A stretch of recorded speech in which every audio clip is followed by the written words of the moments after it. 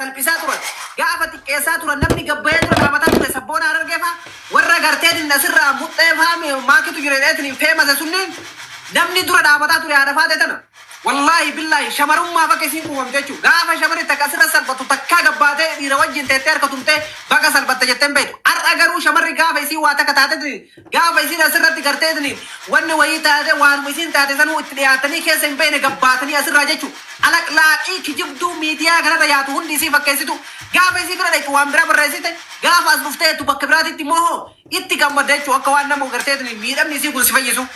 Maal si gootam jettiin tu yoo lubbuun jiraate boleesso biyya baqaa kana keessa jirti mee maaluma isin goote keessan nyaatti moo keessan dhuydi sadaqaayyuun kennitanii fi asirra yaatanii koomantiin jala deemtanii arrabsaa ooltan asii deemtanii AB qabdi jettanii AB isin hin qabne ibsa munneen sufaa amma telegiraama kana keessatti warabbal kaama hudduu isiiti jedhee kana gubbarra kaayee kobbootaa tokko agartanii miti fuula kana gubbarra kaayee barasanuu kan viidiyoon hin jirre fotoshoopii fotoo kana qofa fide jechuudha. Kijibaa mataa namaa cabsuuf hamilee namaa cabsuuf dubartummaa itti ani bar dubartitti hinaafummaan hin ajaa'iba dhiirri bar. Dayyuusa dhiiraa jechuun nama dubartii ofii gadi itti naafu dhiiraa akka ofiitti yoo dorgome rakkoon qabu dhiiraa akka keetiitiin dorgome rakkoon qabu dhiira walloli waan barbaada jedhin garuu immoo shamara takka shamarranitti yoo gad deebiteetiin shamarran wajjin dorgomtu xiqqishuma isiitti dhagamuuti sheemin sin qabu wayite shamarra teettee asii hudduu isiitti jira kottaa lala hudduu isiitti jira akkana qaba hudduu isii kottaa lala Oromoo tana qofa arge nama waa'ee hudduutiin feemasuu barbaadu sa'a 24 waa'ee hudduutiin akka namni laalu ganama galgalatti maal si gooti hudduun obboleessu hudduun bar tama jaartii ta'e jirtu hudduun tama haadhateetii ta keessan gadalatte hudduun tama obboleettiin ta'e qabdu sanii bar obboleettii ta'e akka namni hudduu fideetiin yoo miidiyaa irratti agarsiise jala teettee laalta jala teettee taaptaap goota jala teettee dhageeffatta wasa keechu so dhageeffadha kanaafuyyuu hundi keessanuyyuu haadha faatee wajjin dhaabadhaa haati faatee yeroo muraasa booda gabbaatee ibsa gooti kana boodatti miidiyaan guutuu waliin hiriira deeggartoonni haadha faatee warri haadha faatee jaalatan qofti profaayilii isii kaadhaa justice for haadha faatee jira haqa haadha faatee abahu wallahi miidiyaa kana guutuu dukkaneessine jechuudha miidiyaan kun guutuun dukkanaa'ee hayti haadha faatee fi dhugaan haadha faatee bahuu qaba si galee kanaan alatti obboleesso yoo dhugaan haadha faatee kan baane taate miidiyaa kana gubbarratti warri asirraa faallaa isii deemullee guutumaan guutuun kuma takkaa wanni hin deeggarre kufeen beeku haati faatee wande fiit duratti jechuudha takkaanfatti kana boodatti hundi keessan haadha faatee tokko irra profaayilii isii kaadha saa ammaa kanarraa kaasee miidiyaan kun guutuun profaayilii isii malee arguun barbaadu warra fireendii waliin qabnuun hunda isaanii yoo fol aboo baalii yoo isin muyita rabaasi dubbadhu gubbaannotu da wanni wariyaa darabni sirkii sirraa kaafname muyita rabaasi dubbadhu baalii yoo teegistii kiyya ilaali namoota waan barreesse teegistii kiyya ilaali.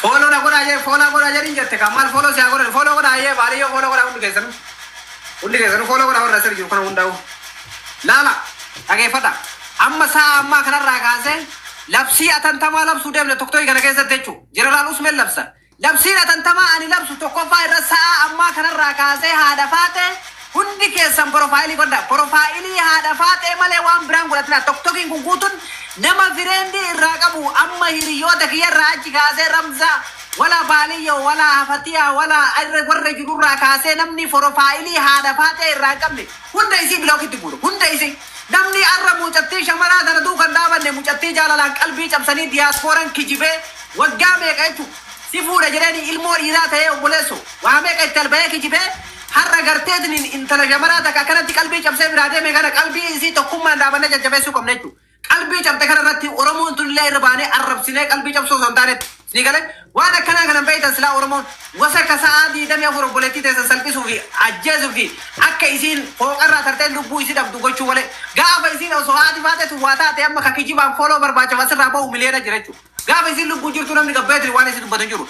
Amma ani wallahi billahi na ajaiba ka gaafa rakkatana si'achi fiidanii dirin haadha faateen uumama gastira maaliif hin teenne haati faatee maaliif hin garteetiin dhuftee qarqaarsa kana hin goone Oromoo akkas ta'aa Oromoo akkana ta'aa jettan hundi har'a garuu immoo itti gammaddan haati faatee kuftee asiin naftu bara hin kufne ammallee si gala miti namni tokko qalbii cabuun gaafa nama wal jaalate tokkoon wali bu'ee dirin jedhe qalbii cabuu waanuma jiru garuu immoo boruma deebite akka fiidin nuti obboleeyyan isin miliyoonan duban hiriira jirra waan ta'eef nuti gartee Oromoonni qulqulluu warri dhugaa deeggaranii fi warri shamarranii mirga shamarraniitiif falman warri obboleettii gaarii qaban warri haadha gaarii qaban warri shamara wajjin dhaabatan waan jirruuf kuftee hinaftu haadha faatee waliin hiriirra ammallee si galee deeggartoota kumaatamaan qabdi warri haadha faatee deeggartu hundi keetiin haadha faatee maayikuu hin jedhe obboleessu Komantii kana guutuu nama 2,200 jala jirtu kuni.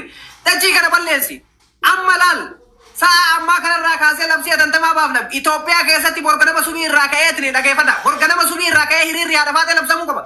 Itoophiyaa keessatti hiriirri haadha faatee bor dhageeffadha. Kokkossa irraa kaasuu qaba biyya isii irraa. Biyyi isii kokkossa arsii lixaa keessa jechuudha. Shaashabanni irraa Adaabbarraa Baalee keessa qaxxaamureetiin biyya hunda keessa warri jirtan hiriira mirga haadha faatee akka kabajamu yoo gabbaatanii borirraa hiriira baane Oromummaa walitti hin qabnu kana boodatti wanni Itoophiyaa mul'aa walii himannuuf hin jiru. Aga masaraatitti sagaleen kenna kun hin deema jechuudha. Sagaleen kenna nu irraa dhukaafnu kun Abiyyi Ahmad dura geeffata. Shimallis dura geeffata. Hundi isaanii dhimma haadha faatee kana mirga.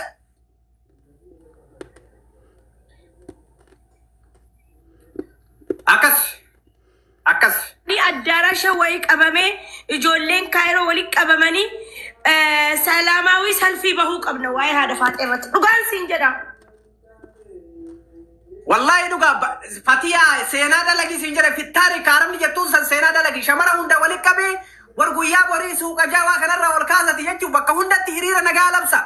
Hiriira nagaa labsa hunda keessatti Awurooppaa keessatti biyyoota addunyaa hunda. Na agari bor qofa na eegi. Bor qofa na eegiti waa'ee haadha faatee waan hin godhu na agarta. Akkas ambar Fatiyaaran kanatti ol dabar bakka shamaraa kanatti hin ta'u dhaaddattooti. Akka shamara wajji yoo dhaabattu namni illee si wajji dhaabata dhageeffata. Ameerikaa keessa warri jirtan warri garteetiin Kanaadaa jirtan warri Awurooppaa Awustiraaliyaa biyyoota garaagaraa hin jirtan hundi keessan gabbayaatii hiriira nagaa labsa warri gabbaatanii hiriira bahuu hin dandeenye porofaayilii si jijjiiradhaa inni isaa ammaa kanarraa kaasa naamatullaa aleeka warri koomantii barreessu kun yaani porofaayilii haadha faatee warri irratti argine warri muteetaraa kun bilookiin fixaa hunda isii jechuudha. Ijoollee shamarran biyya arabaa mana madaam keessattuu namni isiin sagalee taa'aa ooltu.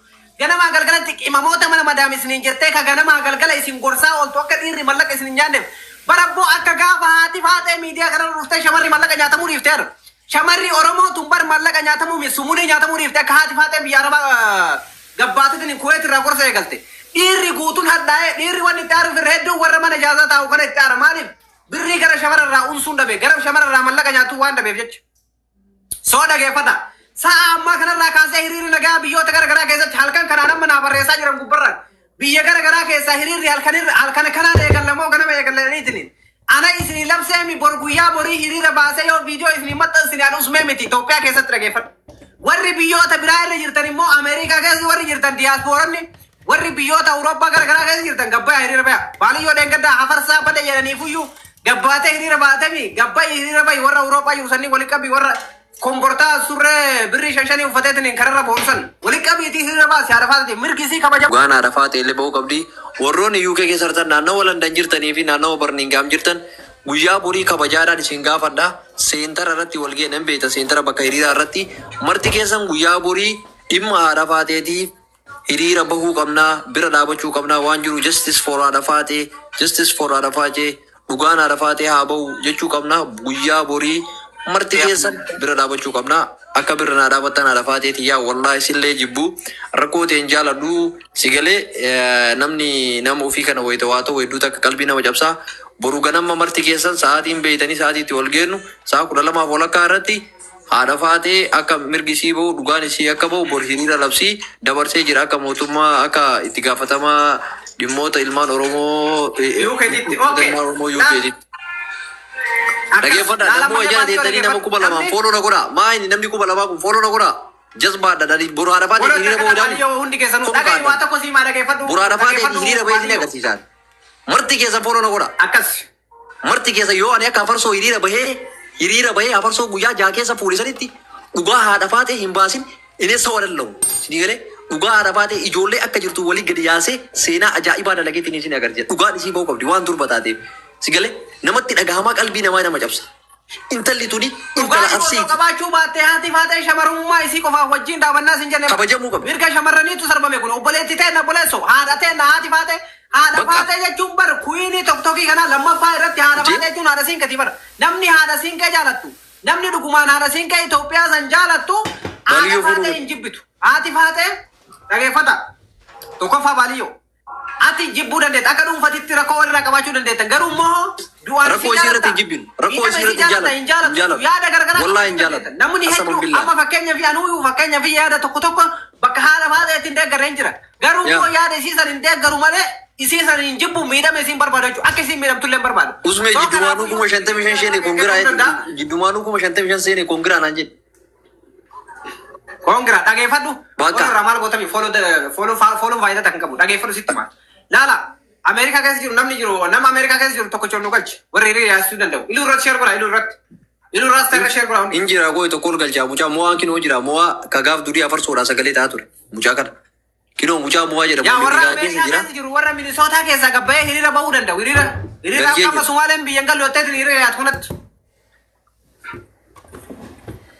Salaam alaikum. Laal. Alaikum salaam warahmatullahi wabarakatuh. Ameerikaa keessatti hiriira yaasuu dandeetta guyyaa borii. Hiriira yaasuun dura hiriira jirra Minisootaa keessatti sanuma ka haadha faateeti jijjiirra.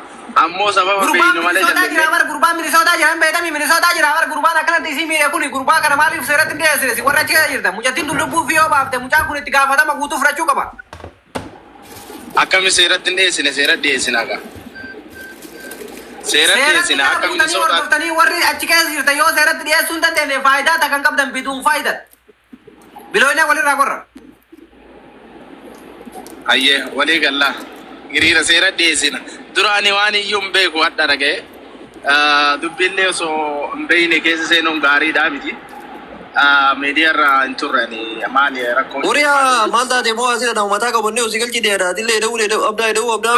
Maali hiriira baane gadi baate arafaatee tutuqamee mi dalarsiisu. Hiriira bahuun dura waan itti bahu beekuu qaba.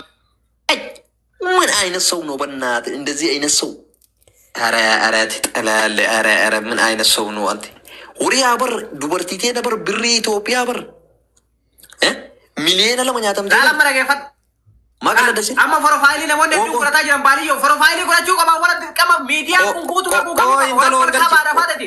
በዴ ሰርቲ በዴ ኮ ኢንተሎ ወዲ ቀርቲ ወና ገልቻ ቀረተ ይደም ቶል ገልቻ ፈረንሳ ከረተ ሂሪራ ባቱሰን ነይ ወላሂ ዳዚ ዱፍቴ ኮይ ኢንተሎ ተካጀለ ጅራ Bade networking qabdu malee banne hadafa. Hiriiran baaftee motuulee boru Faransaa keessatti yoo hiriirri baay'ee si guddaa galatoo maa dhugaa rabbiyaan baay'een gammadee jechuudha. Usmee kana baay'ee yaada waliin gallu yeroo baay'ee. Keessaan footoo haadha faatee kana na ergisa mucaan kun profaayilii irraa qabu dafe. Okay, ayirra isinii kaaya qoya ayirra isinii kaaya. Boru. Hiriirratti hin qabidhaa kaabboodii isaa dubbatu. Witi irratti hin qabina naala bushak lagee nu qabaa. Abbaa maayini kun hin jazbaadan ishee. Dubbadhu. Inna boruu jechuudha. Hiriira baanaa wanni waadaa isinii gal hoo jiraate immoo hoggaa 14 biyya Awurooppaa jireedha. Inna gaafa jechuudha daabbo dhuguma wanni jiru sun gadi ba'e kiyyallee jechuudha. Mana usmee fideetiin balaqqateetu agarsiisa. Dhugaa rabbi ani haadha faatee fuuldura waan hundaa dhaabachuu waan daabboo inuma shakkin. Inu shakkin. Injiru. Harma haadha faatee yoo fidan dhageeffatu daabboo isiitu miti. Yoo harma haadha faatee fidanii jedhan wallaahi gaafsan ufajjee isaanii harma haadha faatee fidanii yoo photoshoppii dalaganii fidan malee hin jiru daabboon haadha faatee osoo jiraate kana dura gadi hin bahu. Haati faatee daabboon isii osoo waraabame gaafa kuweet hin jirtu shamara biyya arabaa itti taphatan kan gaafa san waraabama. Saa amma namni sanaxaleetiin haadha faatee asirra teessee nama gorsitu taakkanatti nama hundaayyuu karaa taatee bar shamarruu akka isiin gorsuu eegaltee hudduu dhiiratti agarsiisuu itti bara. Hudduu misee jala nagee yoo kadhatte amma shamarri namatti agarsiiftu hin jirtu. Profaayilii haadha faatee kaadha. Eshi follow warra qaban keessan dubbise naa deebisuu didde. Inni akkasii boru jechuudha warri Faransaay laa shappel yaaduma keessanuu laa shappel ooltanii yaaduma keessanuu laa shappel ooltanii bakka suuqiitti yaa xiqqishuu sanitti walaa agarru boru sa'aatii 15 irratti isiniin jedhaanis hojii dhagizeedhaniin baa piriis musliima kiristaana hoduun jedhiini akka dubartiititti hiriira baanaa anatu qarriti sitti marageeffadhu qarriti qofaatti maasumi. Amma afaaniin akkana jettee asirraa kan buuta boru yoo namni si dhabillee laayivii waraabdee yookaan liivii seentee justice suuraa lafaa ta'e fotoo irra deebiin dhageeffadhu sitti maan qubna garii sitti maa jira qalqalli